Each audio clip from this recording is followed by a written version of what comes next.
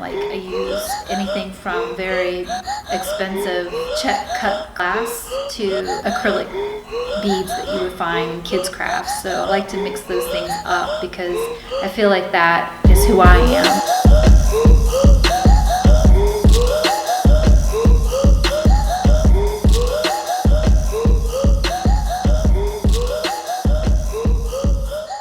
Hi, I'm Holly Suzanne Rader, and this is my best friend Yoshi, and we are here in my studio in Passaic, New Jersey. I'm a collage artist. I work with old Hollywood imagery and old photography. I consider myself a collage artist, and I like to deal with old photographs, old Hollywood imagery. I like to also embellish on top of my collages. I use spray paint, acrylic. I like to use Preciosa check cut glass and crystal, and I use beads and acrylic stones, rhinestones, and glitter. Right now I am working on a series of fully and highly embellished pieces. They're very complicated, they take a long time to make, but I think I like the direction that they're going in. I find inspiration from different things in life, especially what I'm surrounded with. I've always been inspired by nature. I really find inspiration in fashion, film noir, street art, street culture, and I am very heavily influenced by French culture and Romanticism. I think my work right now is finding its way into more of a dreamlike fantasy storytelling phase, if that makes any sense. Right now I'm doing a series based on life after death, and maybe because of my age I am coming more to terms with life, where we are, who we are, our relationships with each other. I kind of see my work, it's always been in something what I would call La La Land.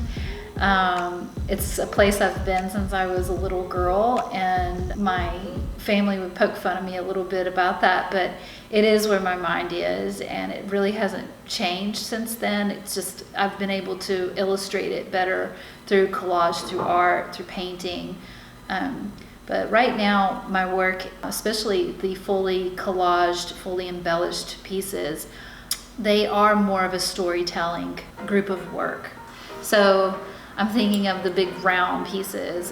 Those are inspired by a Dior show that I went to. I went to the Dior exhibit at the Brooklyn Museum. So they had all of Dior's retrospect on exhibition, and there was this one particular part of the exhibit that really inspired me. It was a perfume bottle encased in a picture frame that was surrounded by this beautiful elaborate bow. And I saw that and it just made me want to create something similar. That's where I came up with these round pieces and the whole scenario of life after death. Meeting again after death, someone that you miss or had in this life. And I think the most important thing for my work is for it to be exquisite.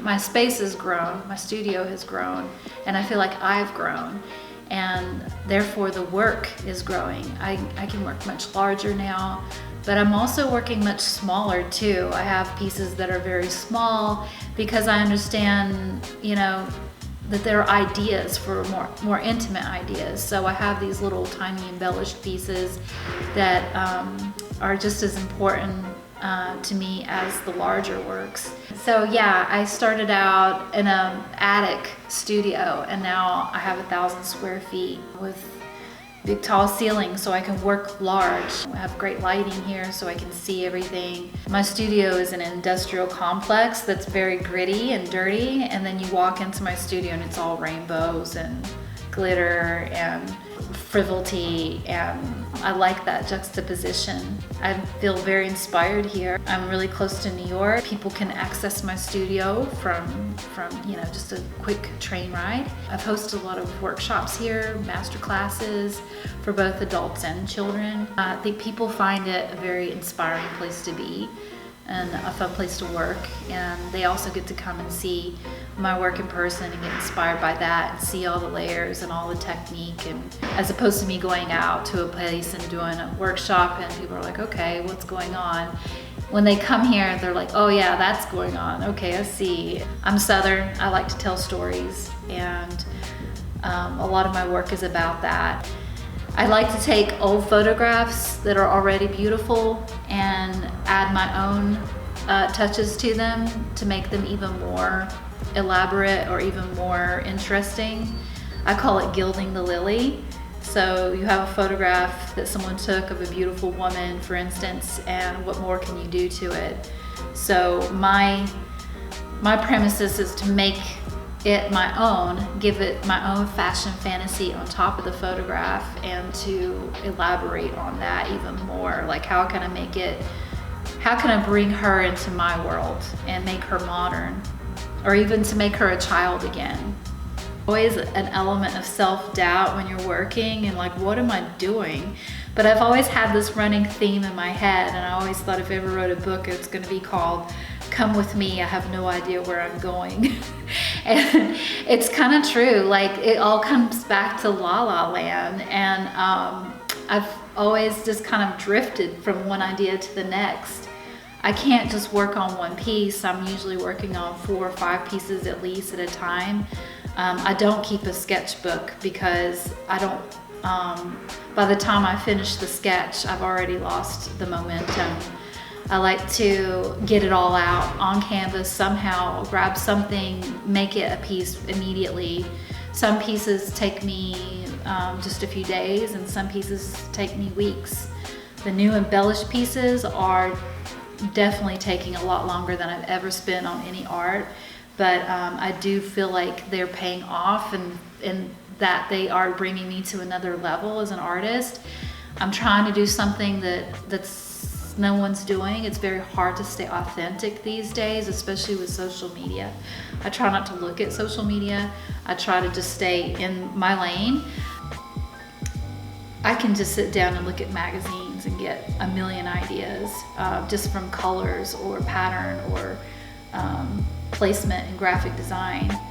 But there's so many ideas that I still have stored in my head. I feel like I can't work fast enough, and I feel like there's not enough hours in the day to make everything that I have stored up there. So, but I'll get there. I'm also a mother. I have 2 children, so there's that. Art's always been a way for me to work through life and work through problems. It's free therapy. This is my life. This is everything to me. Everything in my studio means something to me. Every piece that I work on means something to me, and I can really get lost in it, especially when I'm embellishing. That's a very therapeutic, very methodical thing to do, and it helps calm me and ground me, and it's like knitting, but I find that it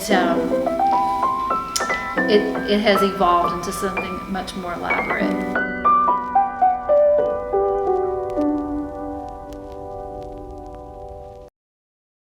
Scratched Yoshi to the point he's like a fur. Sorry, Yoshi.